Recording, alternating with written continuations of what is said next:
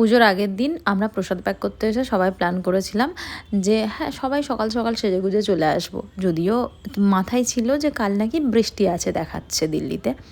যাই হোক, সত্যিই ভোর থেকে বৃষ্টি, আর আমরা সবাই এসেছি 2টোর সময়। নিজেদের পুজো বলে কথা, শীতে না বেরোনোর ইচ্ছে থাকলেও আবার ওই যে সবার সাথে দেখা হবে, মজা হবে, এই বিষয়টা ভেবে চলেই এসেছি।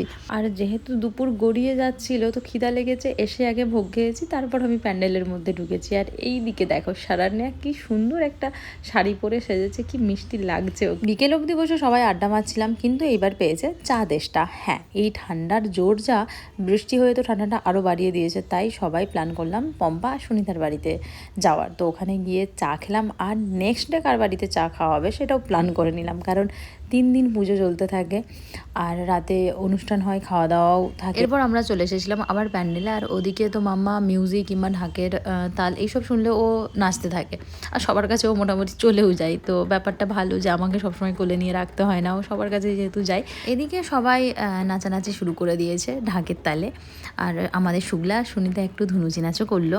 তারপর সবাই পায়ে পায়ে পা মেলালো একটু।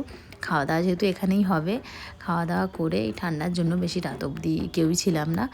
আর যেহেতু দুপুর থেকেই এসেছিলাম, একটু টায়ার্ডও ছিলাম, পরদিন আবার অনুষ্ঠানও তো আছে, তাই খাওয়া দাওয়া করে সবাই চলে গিয়েছিলাম বাড়ি।